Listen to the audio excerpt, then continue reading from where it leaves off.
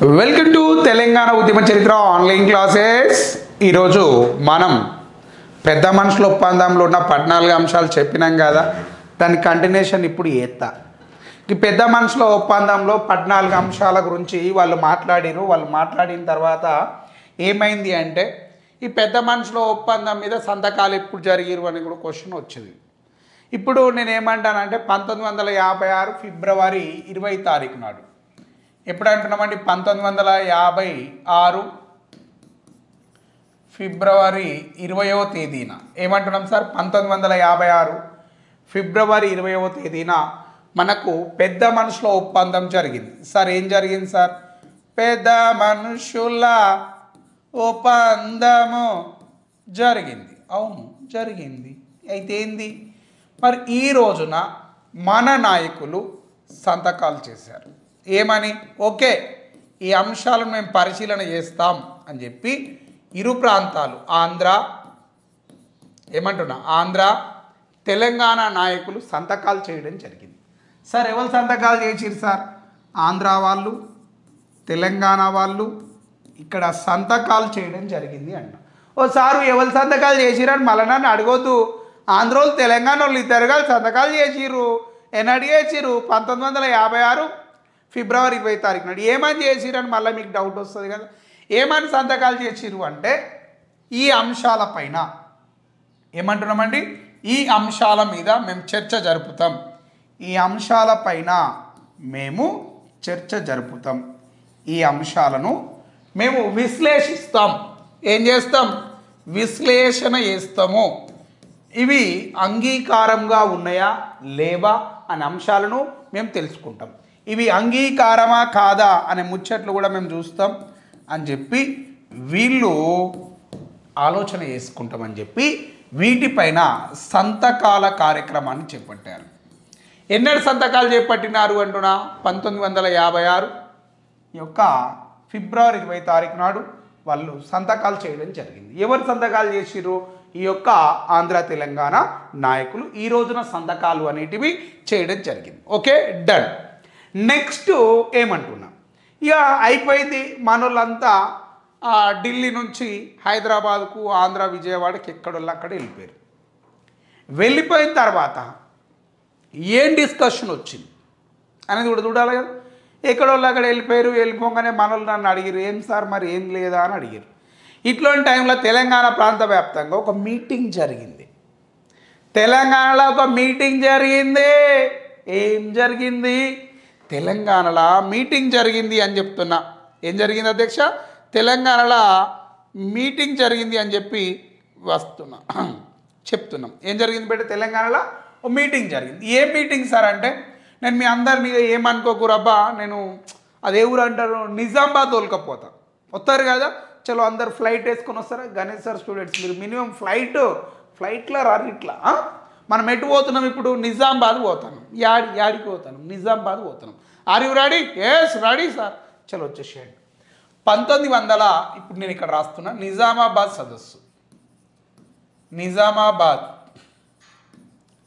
సదస్సు అని రాస్తున్నా. సార్ ఏంటి సార్? నిజామాబాద్ సమావేశము అని రాస్తున్నా. Okay, done.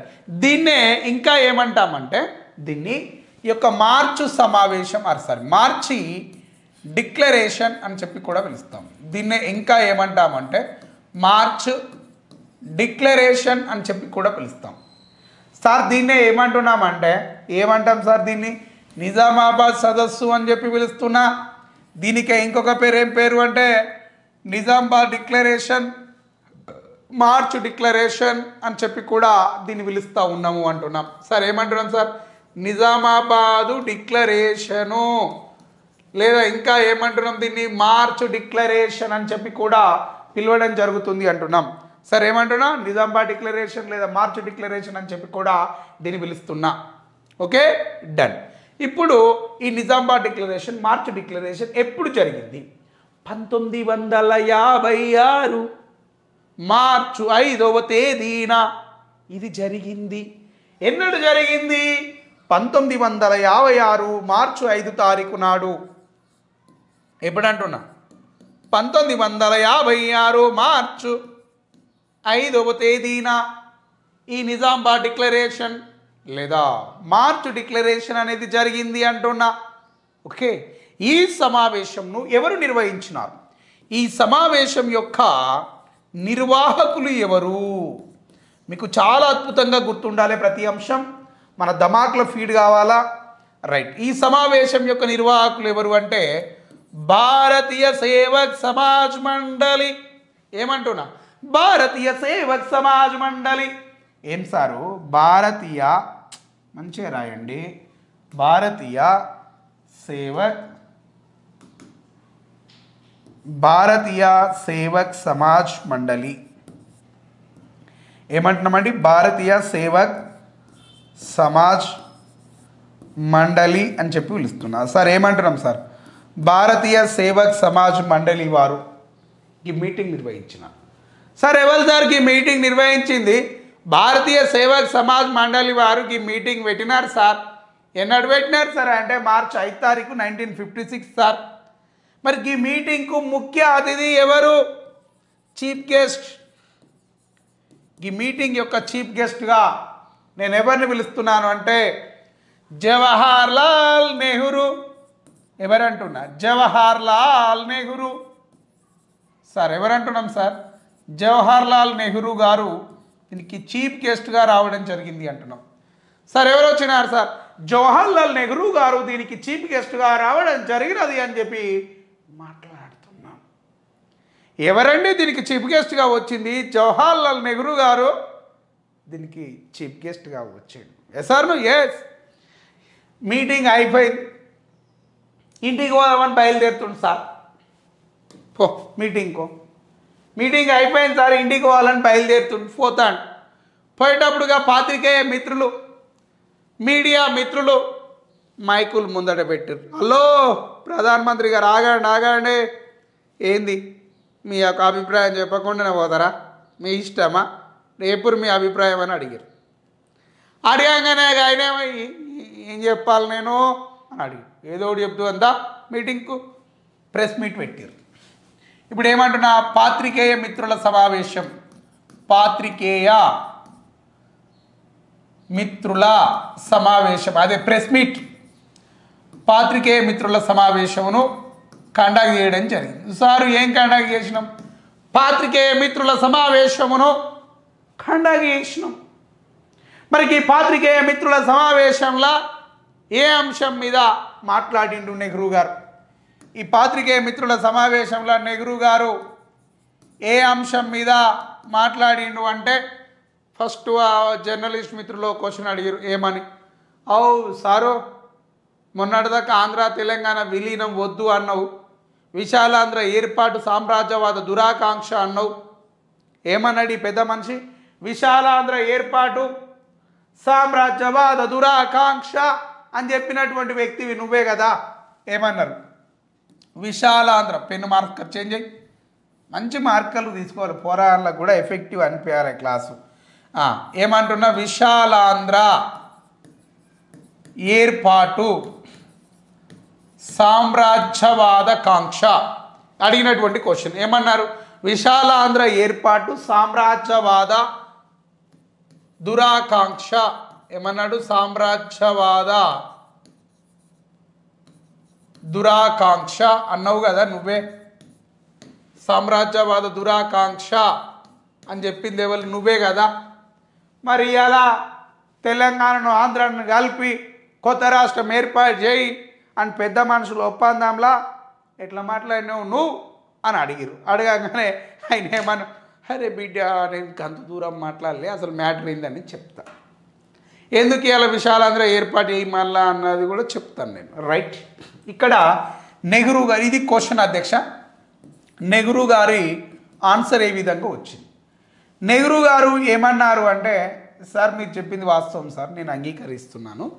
మా పాత్రికేయ మిత్రులు చాలా మంచి క్వశ్చన్ అడిగినారు. ఇప్పుడు మ్యాటర్ ఏంది అంటే, ఇక్కడ ఆంధ్ర తెలంగాణ ఏమంటున్నా? ఆంధ్ర తెలంగాణ విలీనం అనే అంశం మీద ఆయన మాట్లాడిండు. ఏ అంశం మీద మాట్లాడాడు? ఆంధ్ర తెలంగాణ విలీనం అనే అంశం మీద జవహర్ లాల్ నెహ్రూ గారు మాట్లాడారు. ఏమన్నావు సార్ అని నేను అడిగిన. అంటే ఈ ఆంధ్ర తెలంగాణ విలీనం పైన ఏమన్నాడు అంటే ఒక ఎగ్జాంపుల్తో ఎక్స్ప్లెనేషన్ ఇచ్చాడు. ఆ ఎగ్జాంపుల్ ఇక్కడ రాస్తాను చూడండి. ఈ యొక్క సొగసరి అమ్మాయి, ఎవరిమే సొగసరి అమ్మాయి అంటే క్లాస్ అమ్మాయి, క్లాస్ అమ్మాయి మాస్ అబ్బాయికి మధ్య లవ్ వర్కౌట్ అయిద్దా? మీరే చెప్పండి. ఈ యొక్క క్లాస్ అమ్మాయికి ఈ యొక్క మాస్ అబ్బాయికి మధ్య లవ్ వర్కౌట్ అయిద్దా అని అడుగుతున్నా. క్లాస్ అమ్మాయి గడసరి అబ్బాయి, ఓకే రైట్. ఈడు మాస్, రైట్. క్లాస్ అమ్మాయికి మాస్ అబ్బాయికి వర్కౌట్ అవుతుందా లవ్ అని అడిగిన. 100% వర్కౌట్ అవుతుందని మీరు చెప్తారు, అవునా కాదా? ఈ క్లాస్ అమ్మాయి మాస్ అబ్బాయి లవ్ చేసుకున్నారు, పెళ్ళి దాకా పోతుందా? పోతుంది. పెళ్ళైన తర్వాత కొంతకాలానికి నిజాలు బయట పడతాయి, వీళ్ళిద్దరు విడిపోతారు. వీళ్ళిద్దరు ఏమవుతారు? విడిపోతారు.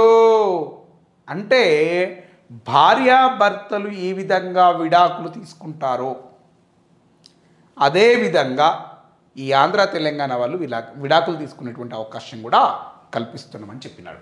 అంటే సొగసరి అమ్మాయి లాంటి తెలంగాణ వారిని గడసరి అబ్బాయి లాంటి ఆంధ్ర వాడి చేతిలో పెడుతున్నాం. ఎవరి చేతిలో పెడుతున్నాము? గడసరి అబ్బాయి లాంటి ఆంధ్ర వాడి చేతిలో పెడుతున్నాం. మరి వీళ్ళిద్దరూ కలిసి ఉంటే మంచి అభివృద్ధి సాధిస్తారు ఇరు ప్రాంతాలు. ఒకవేళ వీరి యొక్క ఐక్యత అనేది లోపించినట్లయితే భార్యాభర్తలు ఏ విధంగా అయితే విడాకులు తీసుకుంటారో, భార్యాభర్తలు ఏ విధంగా విడాకులైతే తీసుకుంటారో అదే విధంగా ఇక్కడ వీళ్ళు కూడా విడాకులు తీసుకునేటువంటి అవకాశాన్ని కల్పిస్తున్నాం. అంటే ఆంధ్ర తెలంగాణ ప్రాంతాన్ని ఈరోజు విలీనం చేస్తున్నాం. మరి రేపు పొద్దుగాల విడిపోయే అవకాశం కూడా కలదు. తెలంగాణ ప్రాంత సాంస్కృతిక ఆర్థిక పరిస్థితులపైన ఈ విలీనం ఏమైనా ఇన్ఫ్లుయెన్స్ చూపిస్తే విడిపోయేటువంటి అవకాశాన్ని కూడా మేము కల్పిస్తున్నాం అని చెప్పినాడు. ఎవరు చెప్పినారు? జవహర్లాల్ నెహ్రూ గారు. అందుకే ఇలా ఆంధ్ర తెలంగాణ విలీనం విడిపోయే అవకాశాల గురించి ఇక్కడ స్పష్టంగా ప్రెస్ మీట్లో జవహర్లాల్ నెహ్రూ గారు మాట్లాడినారు. ఎన్నడూ మాట్లాడినాడు అంటున్నా 1956 మార్చి 5 నిజామాబాద్ సదస్సులో మాట్లాడినాడు. అందుకే ఈ సదస్సును మన వాళ్ళు ఏమన్నారు అంటే నిజామాబాద్ డిక్లరేషన్ అని చెప్పి పిలవడం జరిగినది అని చెప్తున్నాం. ఏమని పిలిచినారు అధ్యక్ష? దీన్ని నిజామాబాద్ డిక్లరేషన్ అని చెప్పి పిలవడం జరిగింది అంటున్నా. సార్ ఏమని పిలిచినారు సార్? దీన్ని నిజామాబాద్ డిక్లరేషన్ అని చెప్పి పిలిచినాము అంటున్నాం. చూడండి ఇక్కడ, అందుకే దీన్ని ఏమని రాసినాను ఇక్కడ? నిజామాబాద్ డిక్లరేషన్ అని చెప్పి పిలిచినాం. ఇది ఏ నెలలో జరిగింది? మార్చి నెలలో జరిగింది. కాబట్టి దీనిని ఏమంటున్నాను అంటే మార్చ్ డిక్లరేషన్ అని కూడా పిలుస్తున్నాను. ఏ నెలలో జరిగింది? మార్చి నెలలో జరిగింది. కాబట్టి దీన్ని ఏమని పిలుస్తున్నా? మార్చ్ డిక్లరేషన్ అని చెప్పి కూడా నేను పిలవడం జరుగుతుంది. నిజామాబాద్లో జరిగింది కాబట్టి నిజామాబాద్ డిక్లరేషన్ అంటున్నాం. మార్చిలో జరిగింది కాబట్టి మార్చ్ డిక్లరేషన్ అంటున్నాం. అందుకే తెలంగాణ ఉద్యమ సమయంలో గా బక్క కేసీఆర్ కానీ గా హరీష్ రావు కానీ మాట్లాడేటప్పుడు ఏమని మాట్లాడినారంటే, అధ్యక్ష ఇవాళ తెలంగాణ రాష్ట్రాన్ని మేము ఏ విధంగా డిమాండ్ చేస్తున్నామంటే ఎస్ఆర్సీ రిపోర్ట్ను పరిగణలోకి తీసుకోండి అధ్యక్ష, ఎస్ఆర్సీ రిపోర్ట్ను పరిగణలోకి తీసుకోండి. అదేవిధంగా దేశ ప్రధానమంత్రి నెహ్రూ గారు నిజామాబాద్ సదస్సులో ఏం మాట్లాడినో పరిగణలోకి తీసుకోండి. ఆ నిజామాబాద్ డిక్లరేషన్ తీసుకురండి. ఆ మార్చ్ డిక్లరేషన్ ఒకసారి తీసుకొచ్చి చూడురా, చూస్తే వెళ్తుంది కానీ ఎవడు దొంగ ఎవడు మంచోడు ఎవడు ఏం చెప్పిపోయిండు పోయేటప్పుడు ఎట్లా విలీనం చేసిరన్న ముచ్చట్లు కూడా తెలుస్తాయి కదనే. ఏ ముట్లకేం కాలే, తెలంగాణను మొత్తం బదనాం చేస్తారు, తెలంగాణ నాగం చేస్తారు, తెలంగాణ రాష్ట్రం ఇయ్యిర్రు రాబాయ్ అంటే ఇలా ఆగం చేస్తారు. ఏం పద్ధతి రాబాయ్ ఇవి? బరాబర్ చెప్తున్నాం. As for Nizamabad declaration, according to Nizamabad declaration Telangana region ఒక స్టేట్గా ఫామ్ కావాలి, ఆంధ్ర నుంచి విడిపోవాలి. ఈ విధంగా ఈ కండిషన్ను బేస్ చేసుకుని ఆ రోజు మన నాయకులు మలిదశ ఉద్యమ కాలంలో చాలామంది మాట్లాడినమాట. వాస్తవం కాదా? ఎస్ వాస్తవం సార్, మీరు చెప్పిన వాస్తవం సార్. అవి గిట్లా అయిందా? ఇది నిజామాబాద్ డిక్లరేషన్. ఓకే, ఇది అయినప్పటికీ నెహ్రూ గారు ఇటువంటి స్టేట్మెంట్ ఇచ్చినప్పటికీ కూడా తెలంగాణ ప్రాంత ప్రజలలో ఎలాంటి భయాలు తొలగిపోలే. మాకు ఇష్టం లేదురా అంటే ఈడేమో తెలంగాణను తీసుకుపోయి ఆంధ్రాలో కలుపుతా అంటాడు, ఏందిరా విన్లొల్లి అని వాళ్ళు ఫీల్ అవుతారు. మాకు ఇష్టం లేదంటే తెలంగాణను తీసుకుపోయి ఆంధ్రాలో కలుపుతా అంటాడు, మాకు ఇష్టం లేదు కదా ఎందుకు ఇట్లా చేస్తుర్రు అని చెప్పి వాళ్ళు ఫీల్ అవుతారు మనల్ని. ఇలాంటి సమయంలో కేంద్ర ప్రభుత్వం ఏఐసిసి కమిటీ మెంబర్ అయినటువంటి ఎస్కే పాటిల్ గారిని హైదరాబాద్ రాష్ట్రానికి పంపించింది. ఎవరిని పంపించింది అంటున్నామండి?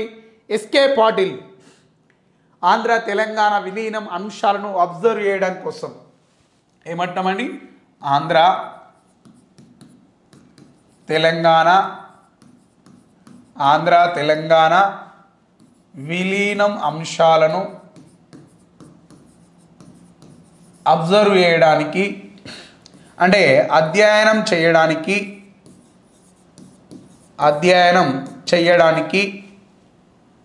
ఎవరిని పంపిస్తున్నారు అంటే ఈ యొక్క ఎస్కే పాటిల్ గారిని, మంచిగా రాయివా, ఎస్కే పాటిల్ గారిని యాడికి పంపుతున్నారు అంటే హైదరాబాద్ ప్రాంతానికి పంపిస్తున్నారు. ఎవరిని?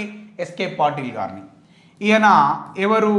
ఏఐసిసి సభ్యుడు, ఆల్ ఇండియా కాంగ్రెస్ కమిటీ సభ్యుడైనటువంటి ఏఐసిసి మెంబర్ అయినటువంటి ఎస్కే పాటిల్ గారిని ఎక్కడికి పంపిస్తున్నారు అంటే హైదరాబాద్ ప్రాంతానికి పంపించడం జరుగుతుంది. ఈయన ఏడికి వచ్చినాడు అంటే హైదరాబాద్ పర్యటనకు రావడం జరిగింది అంటున్నాం. సార్ ఏడికి వచ్చినాడు సార్? హైదరాబాద్ పర్యటనకు వచ్చినాడు సార్. ఎవరు వచ్చినారు సార్ హైదరాబాద్ పర్యటనకు? ఎస్కే పాటిల్ గారు హైదరాబాద్ పర్యటనకు రావడం జరిగినది సార్. ఓకే, ఎప్పుడు వచ్చినాడు సార్ ఈయన హైదరాబాద్ పర్యటనకు? 1956 ఏప్రిల్ నెలలో ఈయన హైదరాబాద్ ప్రాంతంలో పర్యటించడానికి రావడం జరిగినది అని చెప్తున్నాం. ఓకేనా? రైట్. ఇప్పుడు ఈ ఏప్రిల్లో వచ్చినటువంటి ఈ పెద్ద మనిషి ప్రెస్ మీట్ పెట్టి, ప్రెస్ మీట్లో పోయేటప్పుడు ప్రెస్ మీట్ ఇవ్వాలి కదా. ఈ ప్రెస్ మీట్లో ఈయన ఏం చెప్పిండు అంటే తెలంగాణ ప్రాంత ప్రజలు కోరనిదే, తెలంగాణ ప్రాంత ప్రజలు కోరనిదే, రాయి మంచిగా రాయి, తెలంగాణ ప్రాంత ప్రజలు కోరనిదే విశాలాంధ్ర రాష్ట్రం ఏర్పాటు కాదు, అనుమతి లేనిదే. కోరంది అంటే మళ్ళీ మీకు వేరే అర్థమవుతుంది. వీరి యొక్క అనుమతి లేనిదే విశాలాంధ్ర రాష్ట్రము అనేది ఏర్పాటు కాదు అని చెప్పినాడు. ఏం ఏర్పాటు కాదు అని చెప్పినాడు? విశాలాంధ్ర ఏర్పాటు కాదు అని చెప్పినాడు. ఏమని చెప్పినాడండి? విశాలాంధ్ర ఏర్పాటు సాధ్యం కాదు అని చెప్పినాడు. ఎవరు చెప్పినారు? ఎస్కే పాటిల్. ఆంధ్ర తెలంగాణ విలీన అంశాలను అబ్జర్వ్ చేయడానికి పెద్ద మనుషుల ఒప్పందం తర్వాత వచ్చిన నాయకుడు ఏఐసిసి కమిటీ మెంబర్ ఎవరు అని చెప్పి క్వశ్చన్ అడిగితే వెంటనే మీరు చెప్పాలి, గణేష్ సార్ క్లాస్ ఇన్నా ఎస్కే పాటిల్ వచ్చిండు అని చెప్పాలా. ఏమని చెప్పాలి? ఎస్కే పాటిల్ గారు వచ్చినారు అని చెప్పాలా. రైట్, ఏమంటున్నామండి? ఎస్కే పాటిల్ గారు ఇక్కడికి రావడం జరిగింది అని చెప్పాలి. యాడికి వచ్చిండు ఎస్కే పాటిల్? హైదరాబాద్ పర్యటనకు రావడం జరిగినది అని చెప్తున్నాం. ఓకేనా? రైట్. ఎందుకు వచ్చినాడు?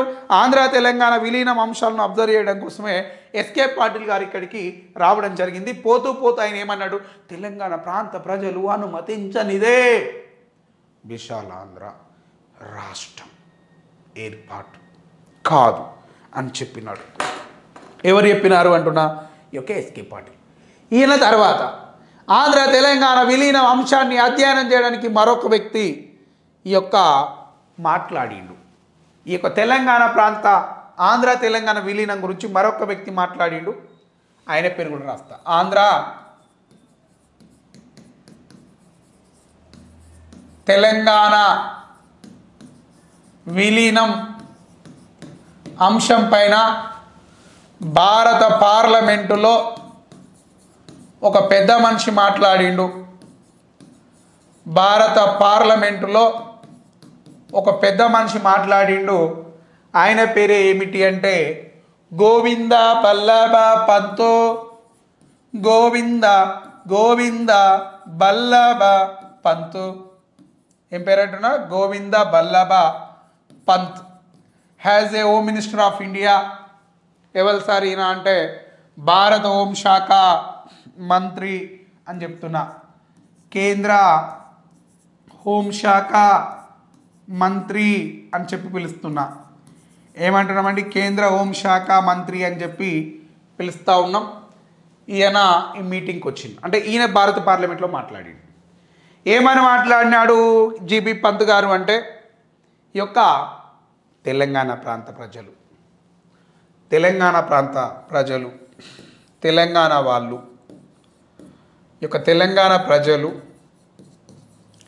ఆమోదం తెలిపితేనే, చూడండి, వీళ్ళు అప్రూవల్ చేస్తే, యాక్సెప్ట్ చేస్తేనే, ఆమోదం తెలిపితేనే ఆంధ్ర రాష్ట్రం, విశాల ఆంధ్ర రాష్ట్రం ఏర్పడుతుంది అని చెప్పినాడు. వీళ్ళు ఆమోదం తెలిపితేనే ఏం ఏర్పడుతుంది అని చెప్పినాడు? విశాలాంధ్ర అనేది ఏర్పాటు అవుతుంది అని చెప్పినాడు. ఏం ఏర్పడుతుంది అని చెప్పినాడు? విశాలాంధ్ర ఏర్పాటు అవుతుంది అని చెప్పినాడు. ఎవరు సార్ చెప్పినటువంటి వ్యక్తి?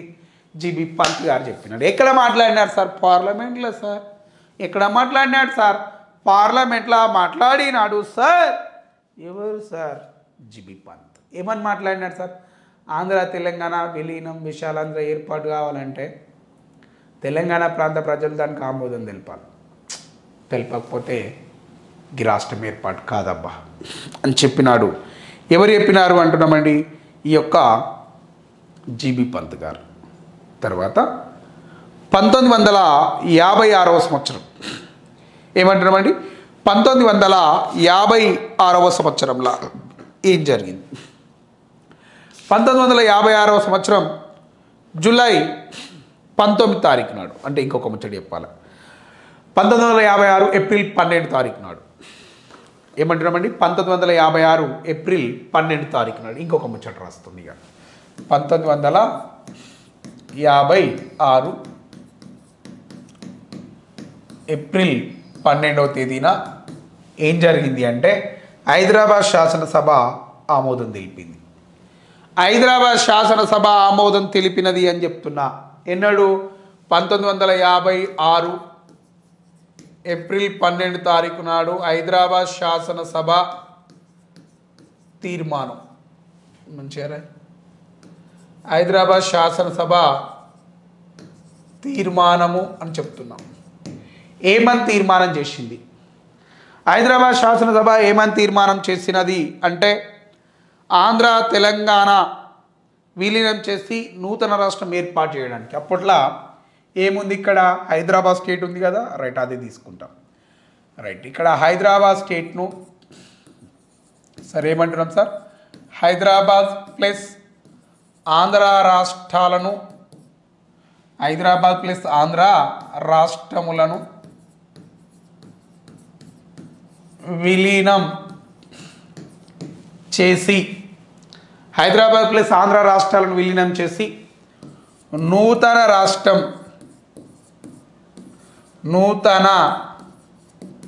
రాష్ట్రం ఏర్పాటు చేయాలి అని చెప్పి తీర్మానం చేపట్టారు. ఏమంటున్నామండి? నూతన రాష్ట్రం ఏర్పాటు చేయాలని తీర్మానం చేపట్టడం జరిగింది అంటున్నాం. ఎన్నడు తీర్మానం చేపట్టినారు అంటున్నామండి? 1956 ఏప్రిల్ 12 తారీఖు నాడు హైదరాబాద్ శాసనసభ తీర్మానం చేసింది అని చెప్తున్నాం. రైట్, ఎన్నడు తీర్మానం చేసింది హైదరాబాద్ శాసనసభ? 1956 ఏప్రిల్ 12 తారీఖు నాడు ఈ తీర్మానము అనేది రావడం జరిగినది అని చెప్పి నేను మాట్లాడుతూ ఉన్నాను. ఓకే, ఈ తీర్మానం వచ్చింది కదా? ఎస్, వచ్చింది సార్.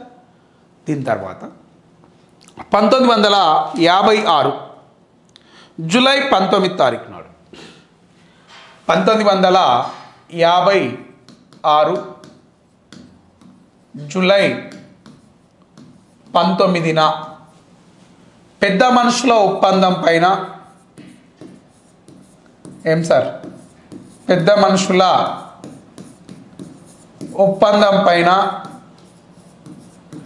నాయకులు చర్చల అనంతరం సంతకాలు చేశారు. చర్చలు అండ్ విశ్లేషణ అనంతరం ఏమంటున్నా, చర్చలు మరియు విశ్లేషణ అనంతరం ఏం చేసినారు అంటున్నా, సంతకాలు చేసినారు. విశ్లేషణ అనంతరం పెద్ద మనుషుల ఒప్పందం పైన నాయకులు సంతకాలు చేశారు. ఇప్పుడు ఈ యొక్క 1956 జూలై 19 తారీఖు నాడు పెద్ద మనుషుల ఒప్పందం తర్వాత వీళ్ళు ఆ 14 అంశాలపైన సంతకాలు చేయడం జరిగినది అని చెప్తున్నాం. Okay, right. మళ్ళీ ఈ పెద్ద మనుషుల ఒప్పందంలోని సవరణలపైన ఎప్పుడు సంతకాలు చేసినారు అని చెప్పి మీకు మరొక డౌట్ కూడా ఉంటుంది. అంటే ఇక్కడనే ఒక క్లారిటీ ఇస్తున్నా మీకు. మళ్ళీ ఎప్పుడు సంతకాలు చేసినారు అంటే 1956 ఆగస్టు 14వ తేదీన 1956 ఆగస్టు 14వ తారీఖు నాడు మరొక్కసారి ఏమంటున్నా, మరోసారి నాయకులు సంతకాలు చేశారు. నాయకులు సంతకాలు చేశారు.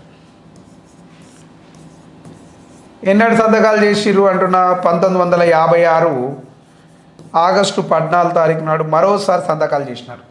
మొత్తం ఎన్నిసార్లు సంతకాలు చేసిరట అంటే 3 టైమ్స్ వీళ్ళు సైన్ చేసినారు. ఎన్నిసార్లు అంటున్నా, 3 సార్లు వీళ్ళు సంతకాలను చేపట్టడం జరిగింది అంటున్నాం. సార్ ఎన్నిసార్లు? 3 సార్లు వీళ్ళు సంతకాలు చేపట్టినారు అంటున్నాం. సార్ ఎన్నిసార్లు సంతకాలు చేసినారు సార్? 3 సార్లు సంతకాలు చేసినారు సార్. 1956 ఫిబ్రవరి 20 తారీఖు నాడు ఒకసారి, 1956 జూలై 19 తారీఖు నాడు మరొక్కసారి, 1956 ఆగస్టు 14 తారీఖు నాడు మరొక్కసారి. ఇట్లా వీళ్ళు 3 సార్లు సంతకాలు చేయడం జరిగింది సార్. దేని మీద సంతకాలు చేసి సార్? పెద్ద మనుషుల ఒప్పందం పైన. మరి పెద్ద మనుషుల ఒప్పందంలో ఉన్నటువంటి సవరణలు ఏమిటి? పెద్ద మనుషుల ఒప్పందంలో అంగీకారం కాని అంశాలు ఏమిటి?